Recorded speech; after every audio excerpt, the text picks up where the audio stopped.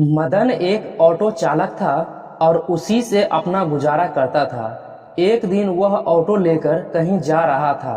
अचानक traffic police ने उसे रोक लिया और कहा कि तुमने ट्रैफिक नियमों का उल्लंघन किया है, तुम्हें जुर्माना भरना पड़ेगा। मदन ने हैरानी से पूछा कि मैंने कौन सा नियम तोड़ा है। पुलिस वालों ने जवाब दिया कि या तो जुर्माना भरो वरना हमारे साथ थाने चलो। थाने का नाम सुनकर मदन को उम्मीद की किरण दिखी।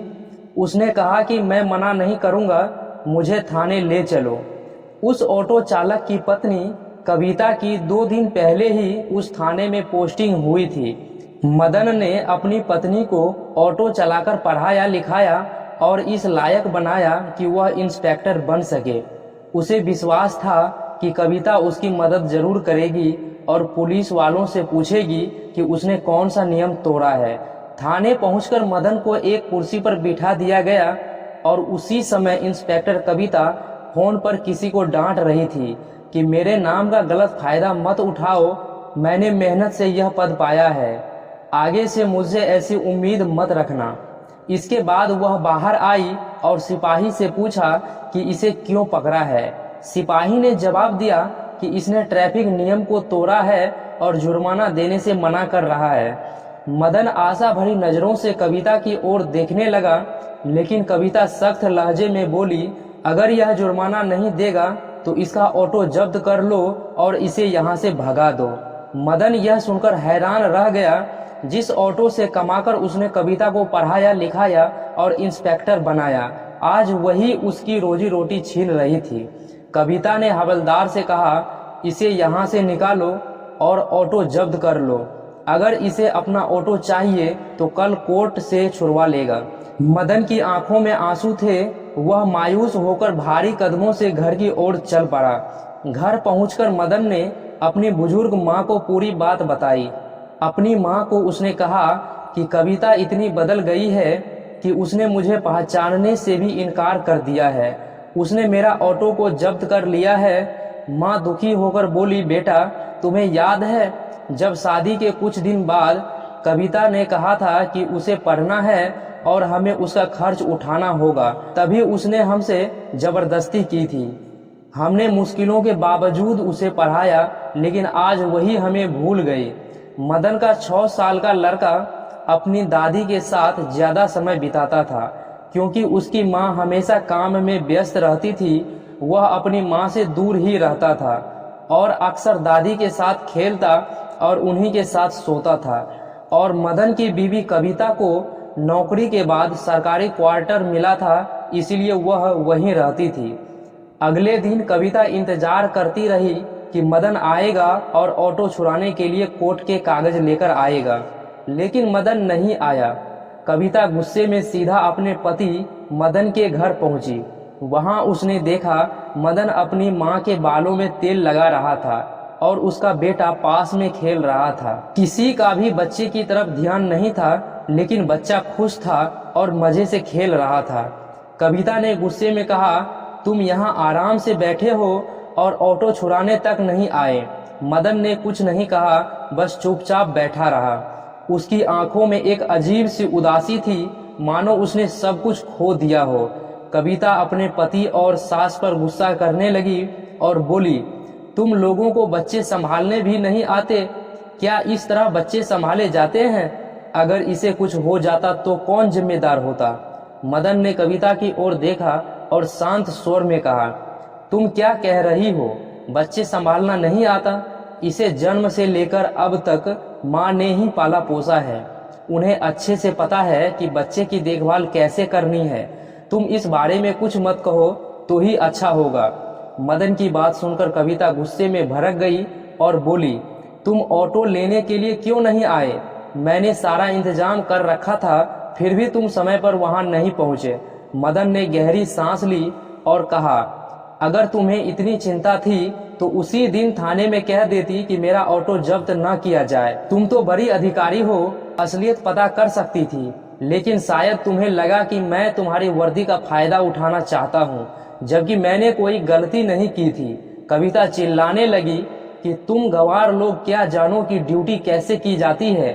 तुम लोग बच्चे की भी सही से देखभाल नहीं कर सकते। इतना कहकर उसने अपने बेटे का हाथ पकड़ा और उसे कमरे में ले गई। वहां उसने बेटे के सारे कपड़े और सामान पैक किए और गुस्से में बोली, मुझे तुम जैसे गंवार इंसान के साथ नहीं रहना। मैं कब तक तुम लोगों की बकवास सुनती रहूंगी। मदन ने शांत स्वर में कहा, अगर तुम्हें ये सही लगता है तो वैसा ही करो। लेकिन उनका 6 साल का लड़का रोने लगा और दादी की ओर इशारा करके बोला, मुझे मम्मी के साथ नहीं जाना, मैं पापा और दादी के साथ ही रहूंगा। बच्चे की बात सुनकर भी कविता नहीं रुकी। उसने बेटे का हाथ खींचा और उसे जबरदस्ती अपने साथ सरकारी क्वार्टर ले गई। जब यह बात कविता के माता पिता को पता चली तो उन्होंने उसे बहुत डांटा, लेकिन कविता अपनी वर्दी के घमंड में थी और बोली, मुझे किसी से कोई मतलब नहीं। उसकी इस बात से उसके माता पिता बहुत दुखी हो गए और उससे बात करना बंद कर दिया। कविता का भाई भी उसे समझाने की कोशिश करता रहा, लेकिन वह उसे भी बुरा भला कह देती थी। कविता ने अपने बेटे की देखभाल के लिए एक नौकरानी रख ली थी। एक दिन दोपहर में वह नौकरानी बच्चे को बाजार लेकर गई। उसी दिन मदन की माँ भी वहाँ कुछ खरीदारी करने आई थी। जैसे ही बच्चे ने अपनी दादी को देखा, वह दौड़कर उनके पास गया और उनसे लिपट गया। उसकी आंखों में आंसू थे। उसने रोते हुए कहा कि दादी, मुझे तुम्हारे साथ रहना है, मुझे मम्मी के पास नहीं जाना। मम्मी तो एक गंदे अंकल के साथ रहती है और वे दोनों मुझे मारते भी हैं। दादी घबरा गई और बोली, बेटा तुम क्या कह रहे हो? मम्मी किस गंदे अंकल के साथ रहती है? बच्चे ने जवाब दिया, मम्मी के घर में एक अंकल रोज आते हैं, कभी कभी छुट्टी वाले दिन पूरा दिन रहते हैं और रोज शाम को जरूर आते हैं। अगर मैं सोता नहीं हूँ तो मम्मी और वह अंकल मुझे मारते हैं, इसीलिए अब मैं सोने का नाटक करने लगा हूँ। जब वे दोनों साथ होते हैं तो घंटों बातें करते हैं और जोर जोर से हंसते हैं। मुझे यह सब देखकर बहुत बुरा लगता है। दादी, मुझे अब मम्मी के पास नहीं रहना। इतने में नौकरानी बच्चे को ढूंढते हुए वहां आ गई। उसने देखा कि बच्चा अपनी दादी से लिपटा हुआ था। वह जल्दी से बच्चे का हाथ पकड़कर खींचने लगी, लेकिन बच्चा रोते हुए बोला, मुझे मम्मी के पास नहीं जाना, मुझे पापा और दादी के साथ रहना है। दादी ने नौकरानी से कहा, कोई बात नहीं, तुम आराम से अपना सामान खरीद लो, तब तक मैं बच्चे के साथ बैठी हूँ। दादी का मन था कि वह अपने पोते को अपने साथ ले जाए, लेकिन वह मजबूर थी। नौकरानी ने साफ कहा कि मेरी मालकिन ने सख्त हिदायत दी है कि यह बच्चा उनके पास नहीं जाना चाहिए। दादी अपने पोते को समझाती है, बेटा अभी तुम्हें मम्मी के पास ही रहना पड़ेगा, लेकिन हम जल्दी ही आएंगे और तुम्हें अपने साथ ले जाएंगे। इतना कहकर वह बच्चे को समझा बुझाकर नौकरानी के साथ भेज देती है और खुद घर लौट आती है। दादी के दिमाग में बार बार वही बातें घूम रही थी जो उसके पोते ने उसे बताई थी। उसका मन बेचैन था कि उसके बेटे की पत्नी इस तरह का गलत काम कर रही है। वो यह बात बेटे को बताना नहीं चाहती थी, लेकिन आखिरकार उसे मजबूरी में सब कुछ बताना पड़ा।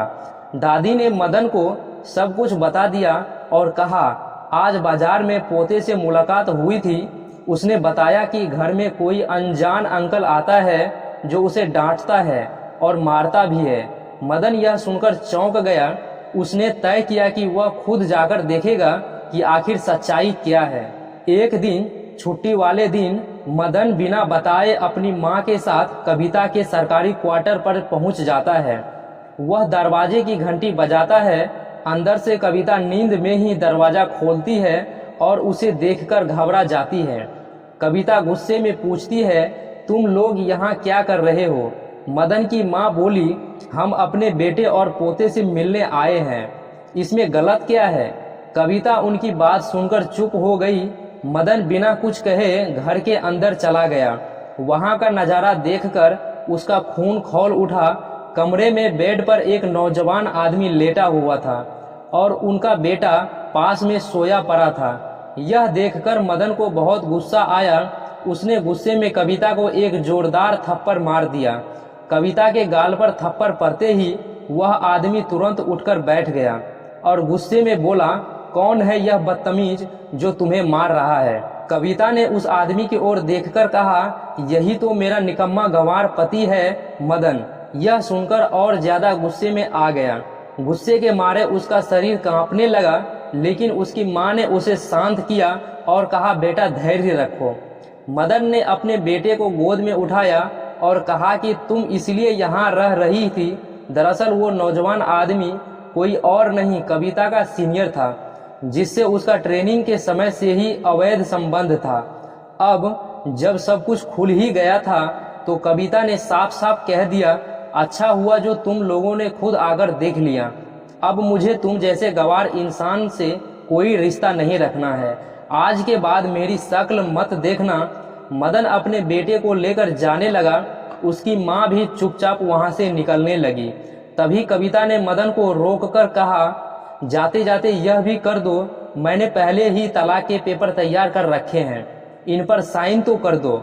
मदन ने बिना कुछ कहे तलाक के कागजों पर साइन कर दिए और बेटे को लेकर वहां से चला गया।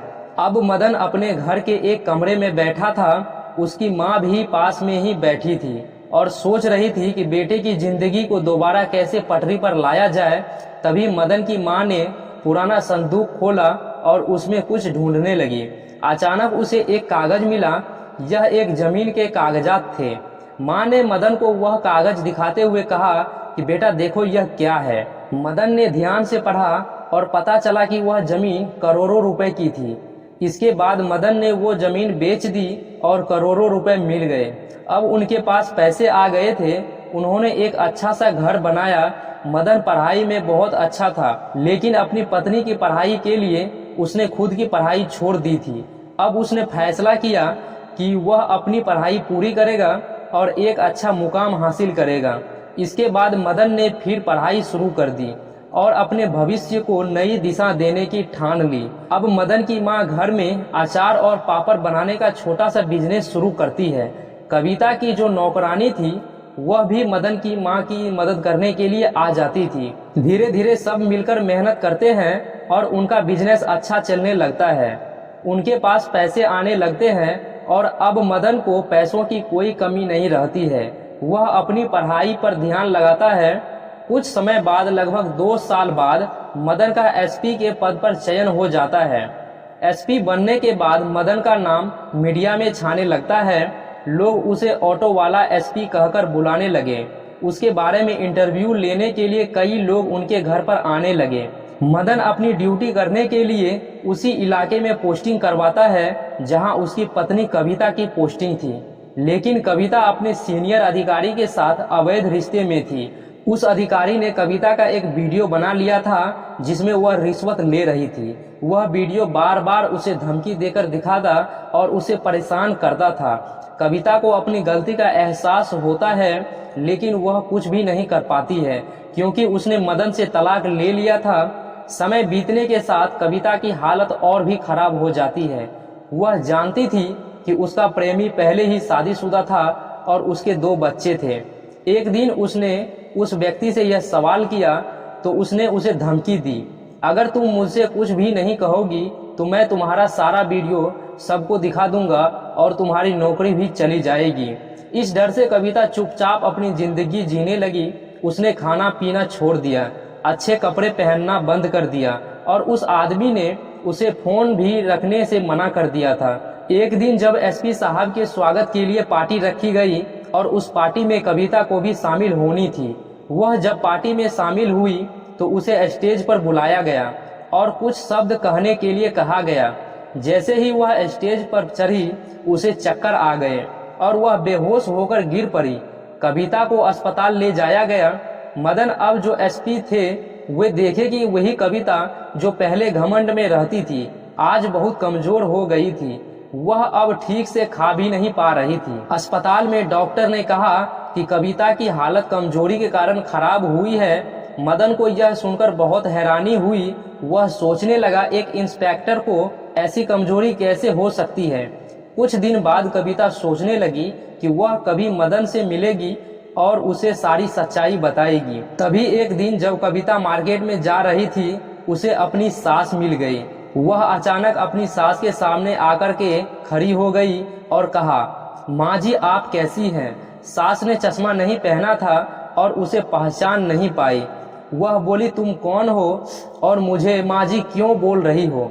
तब कविता ने कहा, माँ जी मैं कविता हूँ, क्या आप मुझे पहचान नहीं पा रही है? कविता की सास को उसकी शक्ल नहीं पहचान पाई क्योंकि उसकी हालत बहुत बदल चुकी थी। सास ने कहा, तुमने मेरे बेटे को ठुकरा दिया, मुझे तुम्हारी कोई जरूरत नहीं। अब मदन की माँ का बिजनेस अच्छा चल रहा था और वह बाजार में सामान खरीदने आई थी। वह कविता को पहचान कर भी नकार देती है और कहती है, मुझे तुमसे कोई बात नहीं करनी है। कविता गिड़गिड़ाते हुए कहती है, माँ जी मुझे माफ कर दीजिए, मुझसे बहुत बड़ी गलती हो गई थी। कृपया मदन से कहिए मुझे माफ कर दे और मुझे अपना ले। इसके बाद कविता की सास कहती है, बेटी जो तुमने किया है उसका फल तुम्हें भुगतना पड़ेगा। यह कहकर वह उसे दूर करके अपने काम में लग जाती है। कुछ दिनों बाद कविता बहुत दुखी हो जाती है।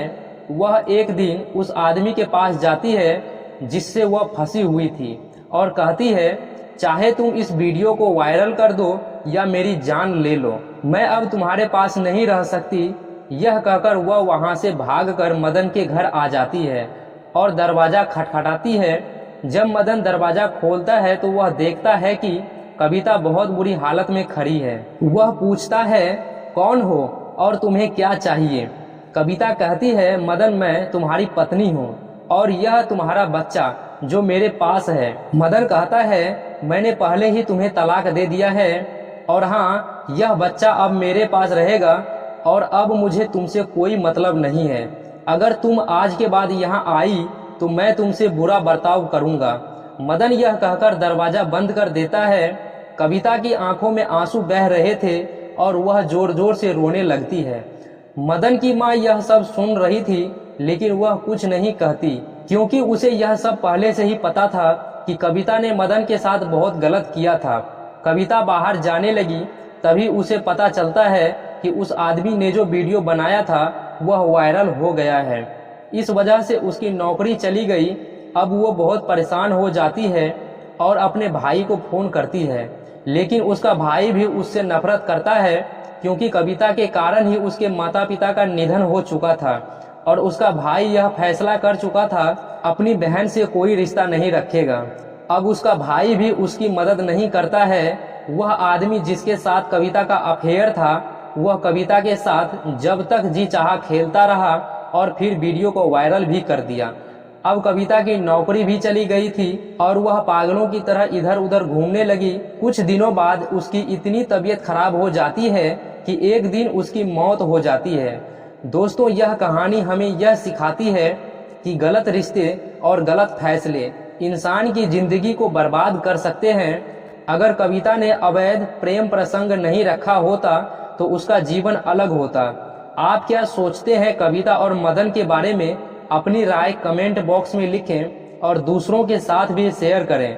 इन कहानियों का उद्देश्य सिर्फ सभी को सीख देना है ताकि हम अपने जीवन में सही फैसले ले सके। अगर कहानी अच्छी लगी हो तो चैनल को सब्सक्राइब कर लीजिए ताकि आपको ऐसे ही महत्वपूर्ण कहानियाँ समय समय पर मिलती रहे।